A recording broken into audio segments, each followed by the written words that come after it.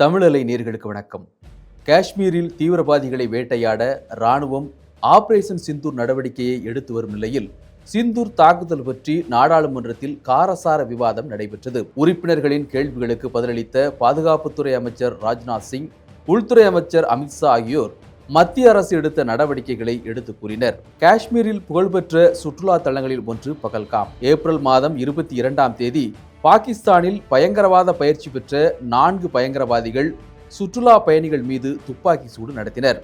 இந்த கொடூர தாக்குதலில் ஒரு பெண் உட்பட 26 பேர் உயிரிழந்தனர். இதைத் தொடர்ந்து பாகிஸ்தானுக்கு எதிராக முதலில் அரசியல் ரீதியாக நடவடிக்கையை மேற்கொண்ட இந்தியா சிந்து நதிநீர் ஒப்பந்தம் ரத்து, டெல்லியில் உள்ள பாகிஸ்தான் தூதரகத்தில் பணிபுரிந்து வந்த அதிகாரிகள் வெளியேற்றம், இந்தியாவில் பல்வேறு பகுதிகளில் தங்கியிருந்த பாகிஸ்தானியர்கள் உடனடியாக திருப்பி அனுப்பி வைப்பு, பாகிஸ்தானில் உள்ள இந்திய தூதரக அதிகாரிகளை திரும்ப அழைத்தல் போன்றவற்றை மேற்கொண்டது. பாகிஸ்தானில் செயல்படும் பயங்கரவாத முகாம்கள் மீது தாக்குதல் நடத்தும் ஆபரேஷன் சிந்தூர் நடவடிக்கையிலும் இந்தியா இறங்கியது. போர் விமானங்கள், ட்ரோன்கள் மூலம் தீவிரவாத பயிற்சி முகாம்கள் மீது தாக்குதல் நடத்தப்பட்டது. பாகிஸ்தானுக்குள் சுமார் 100 கிலோமீட்டர் தூரம் ஊடுருவி துல்லியமாக நடத்தப்பட்ட இந்த தாக்குதல்களில் 9 பயங்கரவாத முகாம்கள் தகர்க்கப்பட்டன. 100க்கும் அதிகமான தீவிரவாதிகள் உயிரிழந்தனர். ஆபரேஷன் சிந்தூரில் பாகிஸ்தானைச் சேர்ந்த அப்பாவி மக்கள் யாரும் பலியாகவில்லை. இந்திய ராணுவம் தரப்பிலும் உயிர் சேதம் ஏதும் ஏற்படவில்லை. 22 நிமிடங்களில் இந்த தாக்குதல் வெற்றிகரமாக நடந்து முடிந்தது. இதனால் ஆத்திரமடைந்த பாகிஸ்தான் இந்தியாவிற்குள் தாக்குதல் நடத்த முயன்றது.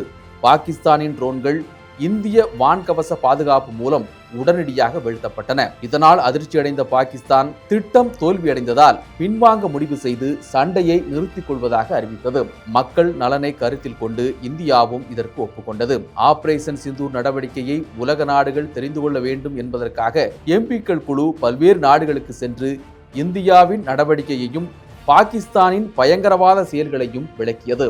இதன் காரணமாக உலக அரங்கில் இந்தியாவின் மதிப்பு உயர பாகிஸ்தானின் போலி தீவிரவாத எதிர்ப்பு சாயமும் வெளுத்தது.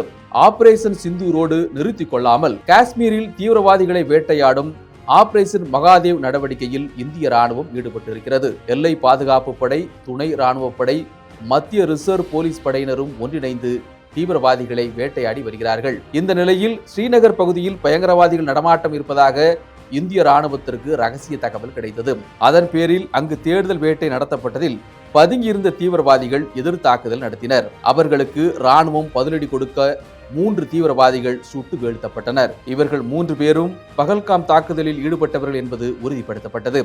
தாக்குதலுக்கு மூளையாக செயல்பட்ட பாகிஸ்தான் ராணுவத்தில் கமாண்டோவாக இருந்த சுலைமான் ஷா தாக்குதலில் பலியானான். இந்த நிலையில் ஆபரேஷன் சிந்தூர் குறித்து நாடாளுமன்றத்தில் விவாதம் நடைபெற்றது. மக்களவையில் நேற்று தொடங்கிய விவாதம் 16 மணி நேரம் நீடித்தது. பாதுகாப்புத்துறை அமைச்சர் ராஜ்நாத் சிங் இதை தொடங்கி வைத்தார். ஆபரேஷன் சிந்தூர் நடவடிக்கை பற்றி விளக்கமாக கூறிய அவர் பாகிஸ்தான் தீவிரவாத ஆதரவு போக்கினை வன்மையாக கண்டித்தார். நமது படைகளால் நடத்தப்பட்ட ஒருங்கிணைந்த தாக்குதல்கள் பயங்கரவாத உள்கட்டமைப்பு இலக்குகளை அளித்தன. ஆபரேஷன் சிந்தூர் வெற்றியின் அடையாளம். இதை அரசியலாக்க எதிர்க்கட்சிகள் முயற்சிக்கின்றன என குறிப்பிட்டார். பாகிஸ்தானுக்கு இந்தியா தகுந்த பாடம் புகட்டியதையும் அவர் சுட்டிக்காட்டினார். பல்வேறு கட்சி உறுப்பினர்கள் விவாதத்தில் பங்கேற்று பேசிய நிலையில் இன்று பகல் 12 மணி அளவில் உள்துறை அமைச்சர் அமித்ஷா உரையாற்றினார். ஆபரேஷன் சிந்தூர் போலவே ஆபரேஷன் மகாதேவும் முழு வெற்றி அடைந்தது. ஆபரேஷன் மகாதேவ் நடவடிக்கையில் பயங்கரவாதிகள் 3 பேர் கொல்லப்பட்டது உங்களுக்கு மகிழ்ச்சி இல்லையா? இனிவரும் காலங்களில் இந்தியாவுக்கு எதிராக யோசிக்க முடியாத அளவில் தாக்குதல் நடத்தியுள்ளோம். ஆக்கிரமிப்பு காஷ்மீர் உருவாக நேருவே காரணம். தாக்குதலுக்கு ஆதாரம் கேட்கும் சிதம்பரம் பாகிஸ்தானுக்கு நற்சான்றிதழ் வழங்க விரும்புகிறார். தீவிரவாதிகள் கொல்லப்பட்டது எதிர்க்கட்சிகளுக்கு மகிழ்ச்சியாக இல்லையா? உங்களின் நிலைப்பாடுதான் என்ன என்று அமித்ஷா கேள்வி எழுப்பினார். जिन्होंने बेसरन घाटी में हमारे प्रवासियों को, नागरिकों को मारा था, ये तीनों आतंकवादी ये थे और तीनों मारे गए. இதைத் தொடர்ந்து பிரதமர் மோடி மக்களவையில் பதிலளித்து பேசினார். ஆபரேஷன் சிந்தூர் நடவடிக்கையில் முதலில் இருந்தே சந்தேகம் எழுப்பி வரும் எதிர்க்கட்சிகளுக்கு ஆளும் பாஜக அரசு உரிய விளக்கங்கள் மூலம் தகுந்த பதிலடி கொடுத்திருக்கிறது. இதன் மூலம் விமர்சனங்களுக்கு முற்றுப்புள்ளி வைக்கப்பட்டு இந்தியாவின் நிலைப்பாடு உறுதிப்படுத்தப்பட்டுள்ளது.